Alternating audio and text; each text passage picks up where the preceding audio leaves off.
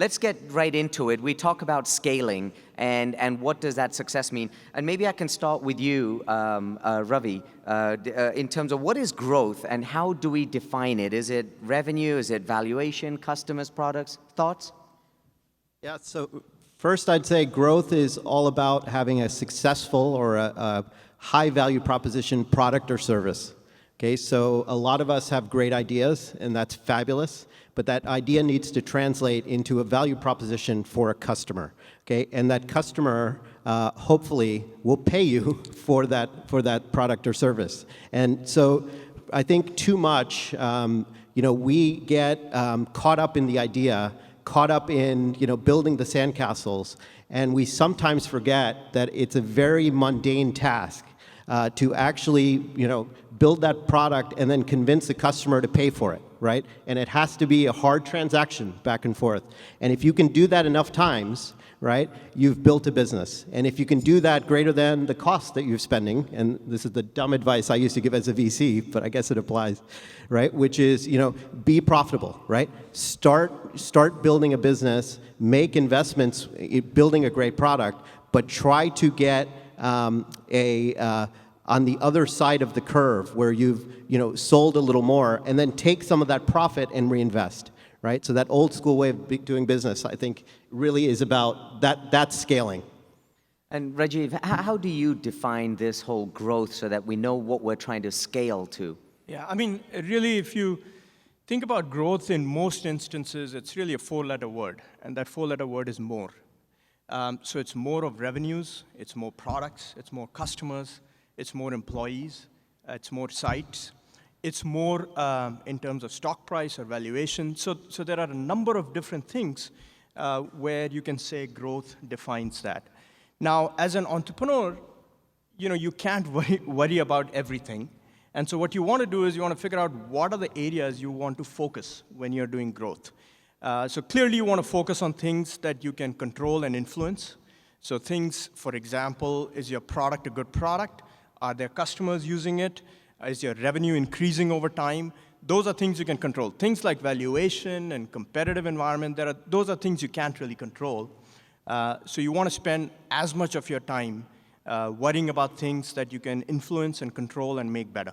Wonderful. Thank you, Rajiv. Sangeeta, oh, go ahead. Yes, Tim.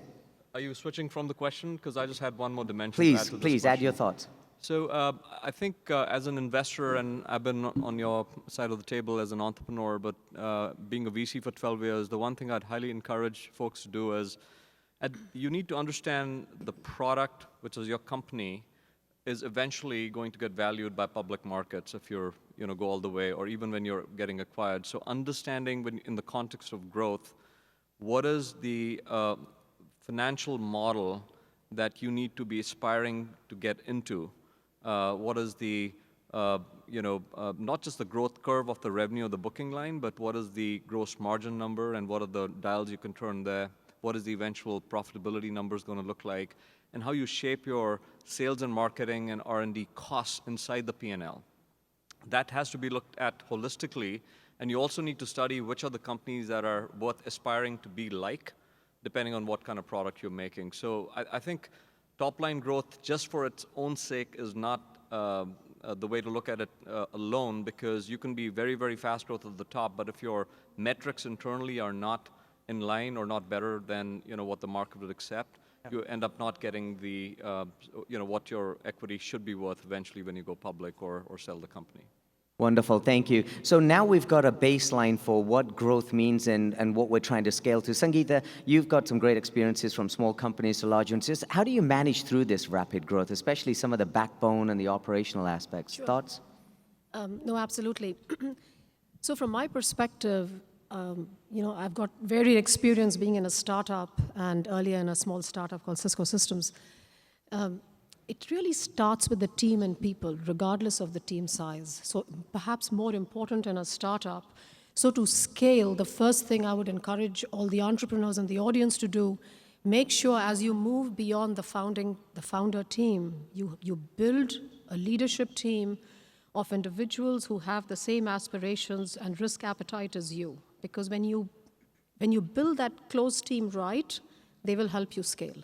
Second thing is on the operational side, things now are really different from even 5 years ago or 4 years ago. Most of your support, most of the operations you look at, whether it's HR, CRM, ERP, finance, you're going to go cloud. Basic IT infrastructure, it's all cloud. So from, when I was in a startup, that was not the case. But so you really pay as you grow, and make sure that what you do have at least 1 or 2 individuals who can manage the vendors appropriately as you look at going cloud for your IT operational infrastructure. And number 2, make sure that the contracts you write with the vendors give you an out. So that contract management really becomes important. Wonderful. Tim, did you have any other thoughts? I know you're on the board of some high-growth companies. Yeah, actually, so 2 perspectives. I think one, when I was CEO of my company called Octane, this is, I started in '97, I used to joke with my sales guys that revenue is a great deodorant, right? So just get me revenue. I don't care where you get it, whether it's a services contract or product contract. In the early days of a company, you take revenue in every shape or form because really you're trying to get that product market fit. But once you're on the other side of it, that's where the scale question comes in. And what I've found is what's changed when I was CEO to now is that 3 fundamental things. Obviously, we know about the spaces and everything is moving really fast. But the buying process has changed, and the expectation of the buyer on how they interact with your company has changed, right? So what I tell my companies, and I completely agree with the comment made about the quality of the people you want to bring in, but everything has to be metric. So what I tell my companies is, when you're going to raise your Series C, I do not want a single PowerPoint. I want you to fire up your browser, show your pipeline, show your cost of customer acquisition, show how fast your product moves through the pipeline. I want to show all the metrics need to be online, because it is the job of the entrepreneur who's going from Series B to Series C, or even from Series A to Series B, to instrument the company completely, because we are now living in a real-time world. When I was, carrying a bag selling, we used to joke about the 4-legged sale and the 6-legged sale, right? So the sales guy, the SC, and the PS guy, and on and on. That is all gone now because it's this fast transaction model. So the company internals have to reflect that in instrumenting all the costs, and all has to be, it's way beyond just the P&L, but all the operating groups that contribute to the P&L. Rajiv. Yeah, so first of all, I completely agree. The foundation in terms of kind of how you set up your IT, CRM, marketing, sales has to be very modern as opposed to what it was previously, and the metrics are very important. The one thing I would add to that is you have to see what stage your company is. So, I've gone from companies which were 10 people to 100 people to close to 1,000 people. And the way you do things different, changes. So there is a temptation as you're growing to keep adding people. So just cloning yourself, right? And in the early part of the company, you have everybody doing this, having people that can do everything. Speed is important. And so what happens is that as you become bigger, you want to figure out, do you really want to clone the best people you have in your company, or do you want to do things differently? Is speed just as important, or maybe you can give up a little bit on the speed of customer support or responsiveness in order to scale to support a large number of customers? So those are things you got to think about as you go from 5 customers to 50 customers to 500 customers to 5,000 customers. You just made me think about a different question here, but maybe Sangeeta and Ravi, a thought for you. When you think about innovation as you're scaling, products and systems and practices that you have, any perspective or stories around that of how do you keep the innovation going while you're trying to really keep growing here, whether it's adding people and what have you? So there are actually 2 questions you've asked. One is product, one is innovation. And I treat them a little bit separately. From a product perspective, regardless of the size, to scale on the product side, particularly initially, I would encourage you to look at basic systems and processes, right? Focus a little bit more, obviously, on the customer-facing side. So let's look at documentation, collateral, whatever, the written materials you need to post and focus on. On the development side, whereas obviously in a small company, we don't need a lot of process-heavy stuff. Make sure the code is documented appropriately. Again, details vary depending on whether it's business to business, which sort of area you are focused on, or is it B2B or is it B2C? That's really important. On the product innovation piece is then a bit different, right? Because the product innovation piece, you are either going into, you are extending the use cases in an innovative manner, or you are getting into an adjacency. Early on in a company, if you are innovating, it also means that perhaps adequate time was not spent upfront in really clarifying the vision and the strategy.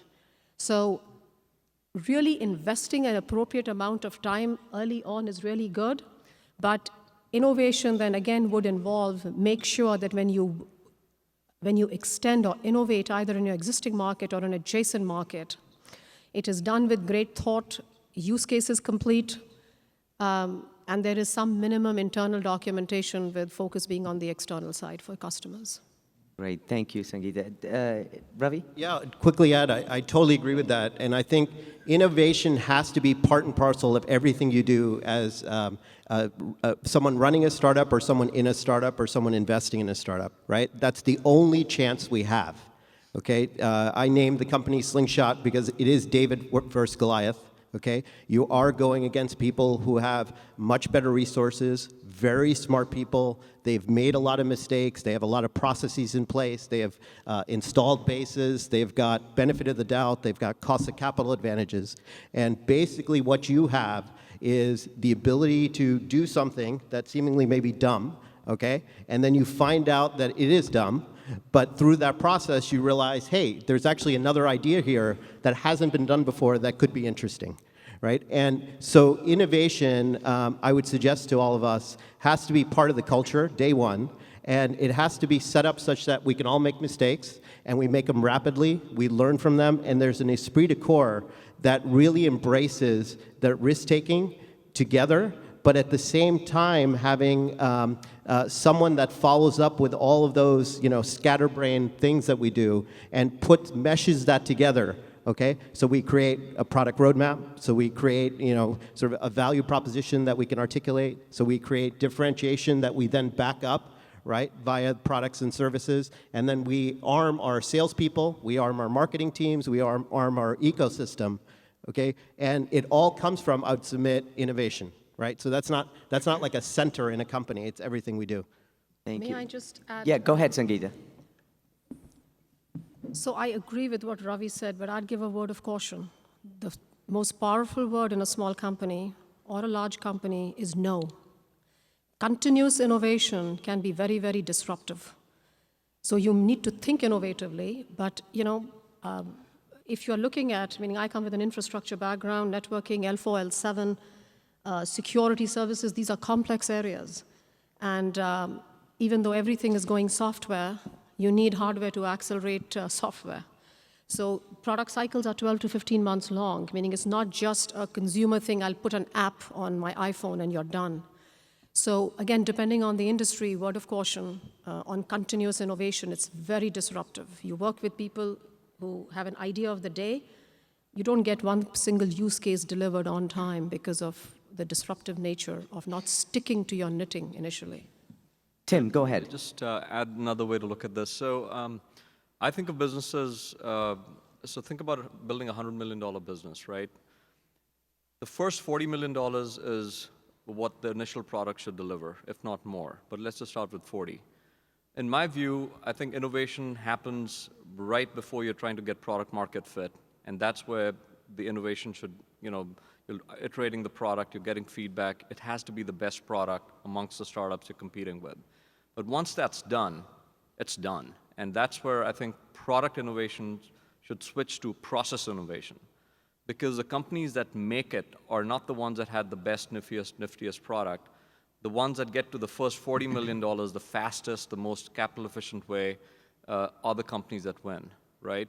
So from a venture capitalist standpoint that's trying to build a $100 million business growing at 50 to 60% to take you public, that's the way I think of it, and that's the way I like my entrepreneurs to think about it, because you just cannot boil the ocean, okay? Portfolio strategies and innovation strategies is the business of the F5s of the world that have a very, very stable and large revenue base, right? So I take another way. It's you cannot, because the CEO's job is focus. So what are you focused on? If you're in product market fit stage, then innovation is great. Once you're done, I think you need to be executing better than the next guy in sales and marketing, customer capture, partners, marketing, positioning your company as the exciting company everybody wants to get into. And so innovation, to me, is a double-edged sword for startups. I'm a bit of a hard ass on that with my company, so sorry to get on my soapbox here, but.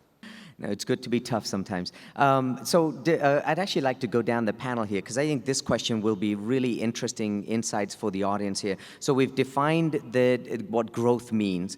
We've got a business that we want to scale. We've talked about the infrastructure, the operational background to this, and then we've talked really about product and innovation in terms of how do you continue to scale that. But the question for you, and I'll start with you, Rajiv, here maybe, is what are some of the common pitfalls and mistakes that entrepreneurs do during this fast growth phase of a company? Any stories to share there? Yeah, absolutely. So, one of the things I alluded to earlier, which is as you're growing very fast, what you try to do is you try to replicate what's working, okay? And it works up to a point. So you try to, if you've got some sales guys that are selling the product directly to customers, and it's working, you kind of keep adding more and more sales guys. But I think what the mistake a lot of people make is they don't pause. They want to try to figure out, is there a better way to sell it? Is there a cheaper way to scale this thing? Similarly, for example, on the engineering side, is there a better way of doing something? And that manifests itself in the processes you set up, and that manifests itself in the kind of people you hire. So the kind of people you might hire for the first 50 people in the company are very different than the people that you might hire for the next 50. So that's kind of one big mistake. The second mistake, I think, is in the area of innovation, which is as you're defining products, typically your first product is a brilliant idea and you build it. But then as you're building subsequent products, if you listen too much to your customers, or you listen to your venture capitalists or your board of directors, you might actually stop innovating, because what your customers are going to tell you is stuff that they're telling all of your competitors. And so what you want to do is, instead of trying to figure out,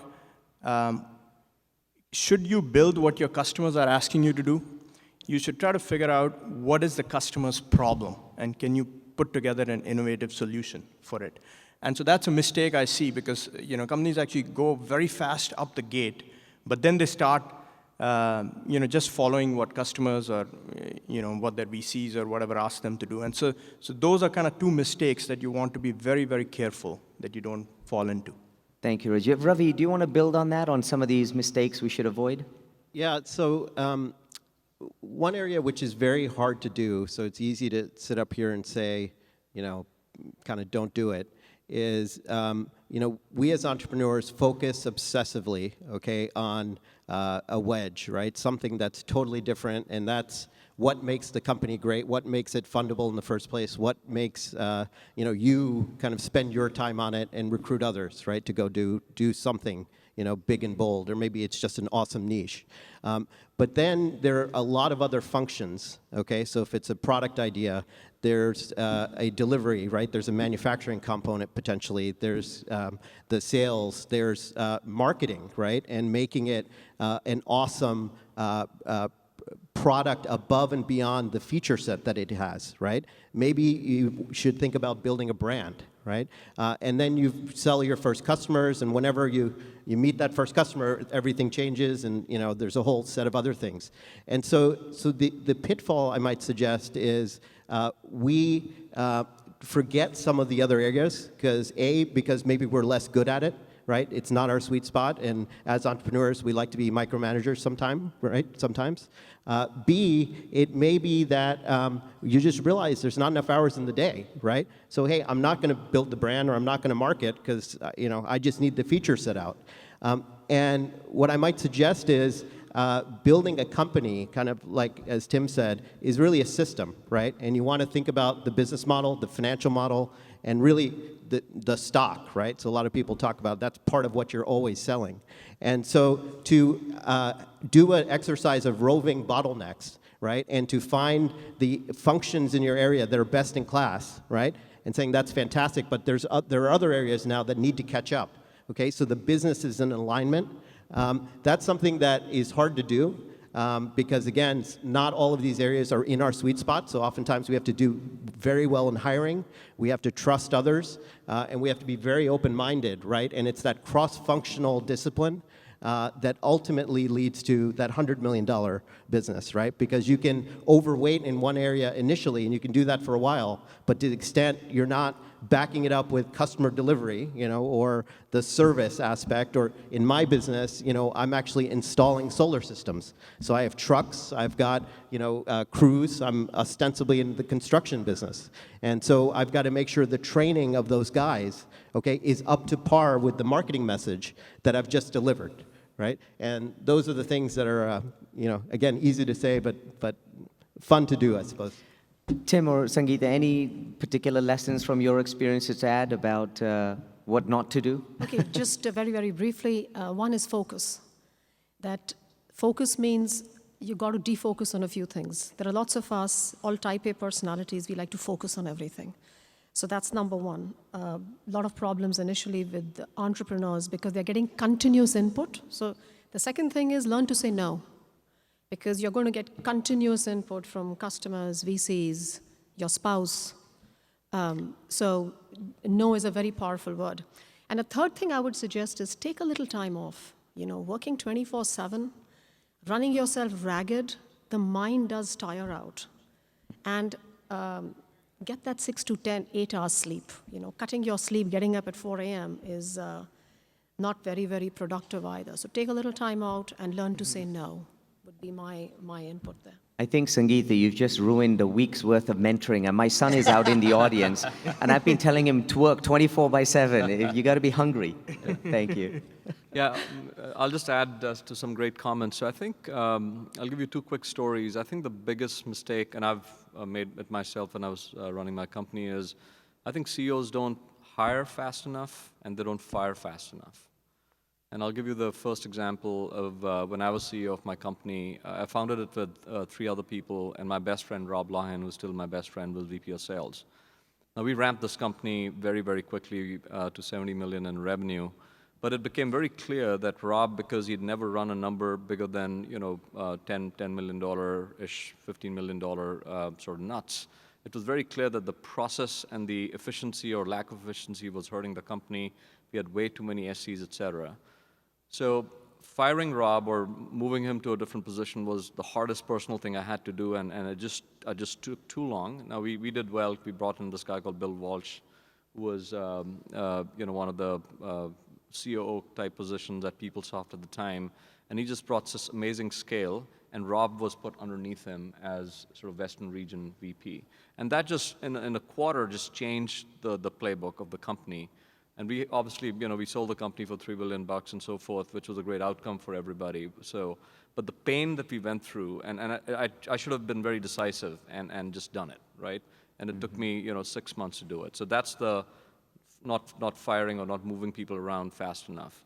The hiring part, which is another quick story, is SourceFire, which is the company I did Series A, took it all the way, took it public. They recently got bought by Cisco just last year. The company stumbled right out of the gate when they went public, right? Because the company was started by a guy, and the CEO took it all the way to about $70 million in revenue, but then he was reaching his ability to scale it to the next level. We bought in this guy, John Burris, who was Chief Operating Officer at the time at Citrix, and he brought in a Chief People's Person. And when I saw that hire, I'm like, I could have never thought. I thought he'd bring in a VP of Sales, a VP of X, Y, Z. He brings in a Chief People's Person. And the reason that was transformational to watch, because he just took the company from $70 million to $300-400 million in revenue, was that his playbook was at that scale that I had never seen before, nor had the previous CEO. He was running $1 billion business, and just the way you operate is different, and the way you think is different. So what I encourage my CEOs to do is, well before you reach that limit, get somebody in who has that playbook, has already done it. Because this is not rocket science. It's a process that can be tweaked and it can really change the sort of the future trajectory of the company. So hiring the right person before you actually need it and start feeling the pain is actually one of the things that entrepreneurs should learn. And it is the difference between tapping out at a $40 million company or taking it to $200-300 million in revenue. Thank you, Tim. So I have one more question for the group here, and then what we'll do is we'll close out with some final advice for the audience here. So we've got a fast growth business. We've talked about managing through fast growth. We've talked about innovation and products and systems, and then also some of the pitfalls that people should avoid. Now the question of exit strategy, and I think between this panel here, they've pretty much seen just about any exit strategy that there may be out there, from IPO to being bought out and so on. So maybe, Rajiv, I'll start with you and we'll quickly go down here, but just, do you scale for that exit strategy? I.e., do you start thinking, this is for the IPO, so let's scale there, or somebody's gonna buy me out, let's scale that way? How does that work? So, so I've been in two different scenarios. One was a company we sold to Intel, and then the other one we took public. And my view on this is that in almost all cases, with a few exceptions, and I'll tell you what those exceptions are, you don't really do anything different, whether you're trying to build a company for an IPO or an M&A. At the end of the day, really, you're trying to build a company to be a successful company. And you might actually encounter options along the way, M&A options or others. But really, you shouldn't be cutting corners if you are, if you get bought out. And the way you want to do it, of course, in the new world, the overhead of being a public company, it used to be very high, and especially became extremely high when companies had to transition from their old models to the Sarbanes-Oxley and the revenue recognition techniques. The overhead was very high. When we were going through IPO, our CFO did an excellent job in keeping the overhead very low. And you can do that through setting up lightweight processes and lightweight policies. But we were never at any point thinking whether we should do it just because we want to do an IPO or we want to sell the company.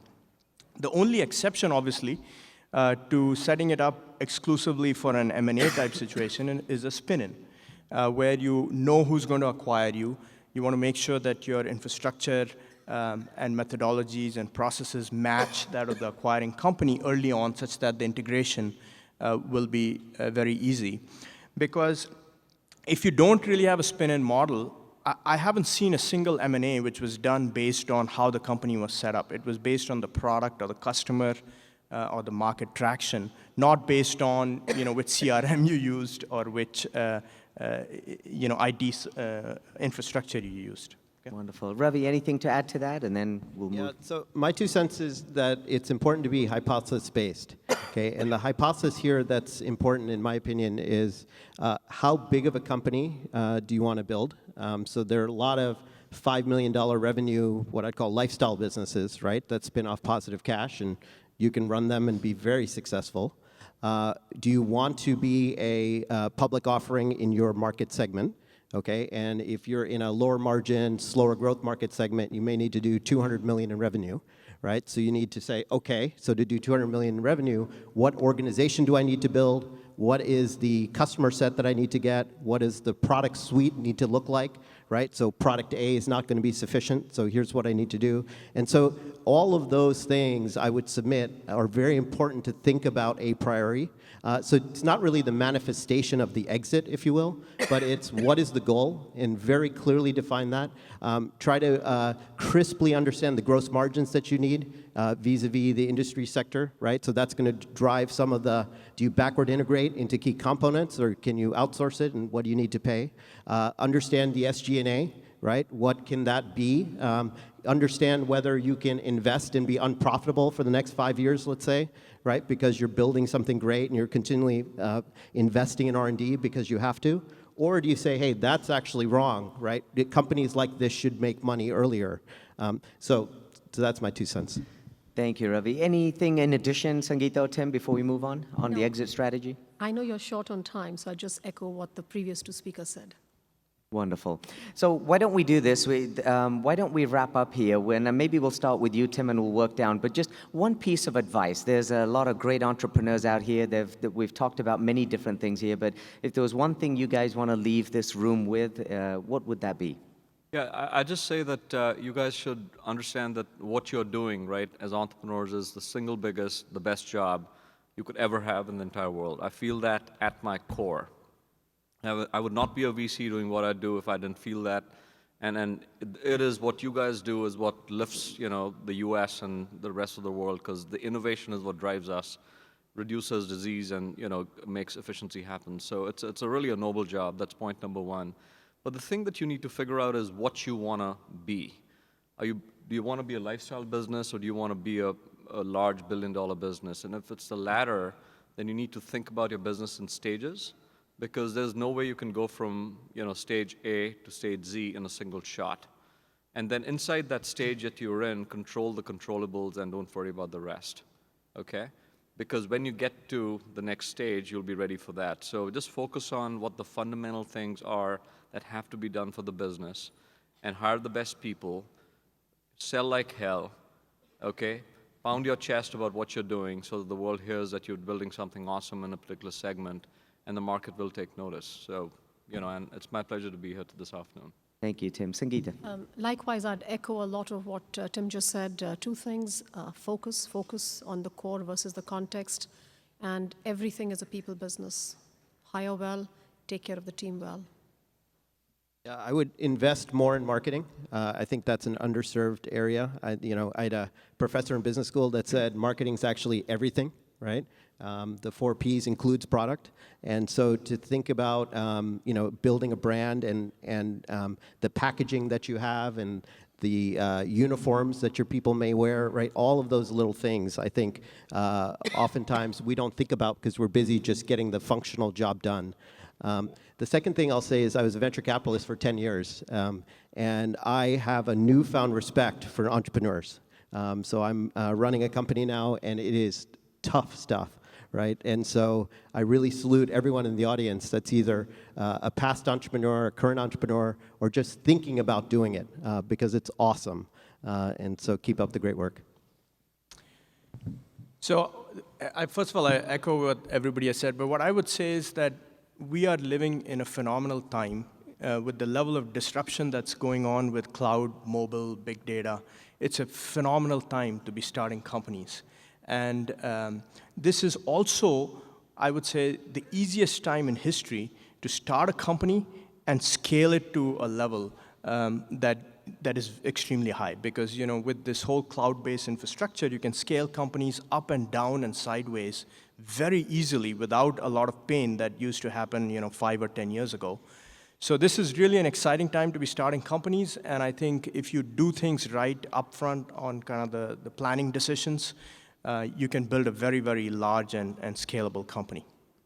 Great. And, before we just give our panelists a round of applause, I think we heard a lot of things here today around how being an entrepreneur is the best job in the world, pausing every now and again to reflect on where you are and repositioning.